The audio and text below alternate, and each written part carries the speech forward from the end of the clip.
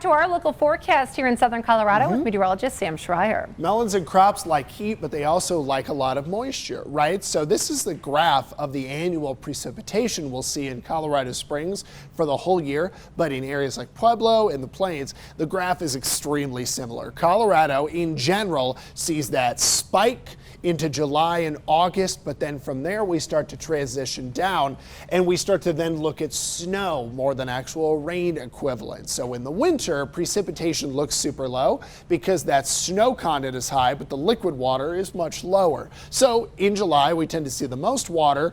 It's followed by August pretty closely because we're usually still feeding monsoon moisture into the start of August. And then from there, September does tend to be a fairly dry month. It's one of the least rainy months, but then we also don't get a whole lot of snow. You can still get snow in September. I remember a couple years ago we had that early September snow, but you do tend to shut the moisture down for a bit. Now the next 7 days, monsoon looks good, especially over through Mexico into Arizona. Colorado isn't doing too bad, especially the western half of the state. The next 7 days should favor very good rain over the mountains, but we'll definitely get some leftovers into the plains, which I'm excited about.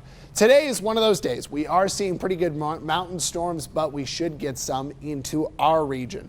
Active statewide monsoon is in the forecast today. This is going to lead to a little bit more heavier and widespread rain, meaning storms aren't going to be hitting everywhere, but we'll have plenty moving off the mountains. It's a hot end of the week, and we look to see heavier rain through this weekend. Start with what's going on right now. Out the door, plan for summer, everybody. 60s out the door through the start of the day, 72 though in Canyon City, and 90s coming back at us. 86 for the forecast in the Springs, but Pueblo, everybody out east, this is going to be a toasty one with some 70s out over the high country. Give me another look at the radar and what we're going to see in the modeling here. Between 3 to 4 o'clock, we'll get storms in Fremont, Teller, El Paso County. 5 to 6, we get some good rain to try to move through Pueblo. And then between 6 to 10 o'clock, remnant storms move down by Walsenburg and Trinidad. So today's a pretty decent chance of storms in El Paso County, including Colorado Springs.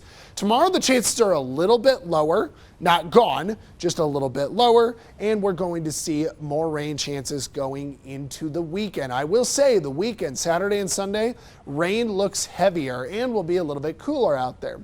Pueblo, we are going to see those temperatures get to about 100 on Friday, so very hot going off into the end of the week, and then Saturday and Sunday, we'll see those temperatures stay pretty toasty out there. Canyon City, we've got storms going into the next few days. It does look like heavier rain through the weekend. And then Woodland Park, kind of the same, more storm chances through the extended with rain a little heavier into Saturday and Sunday.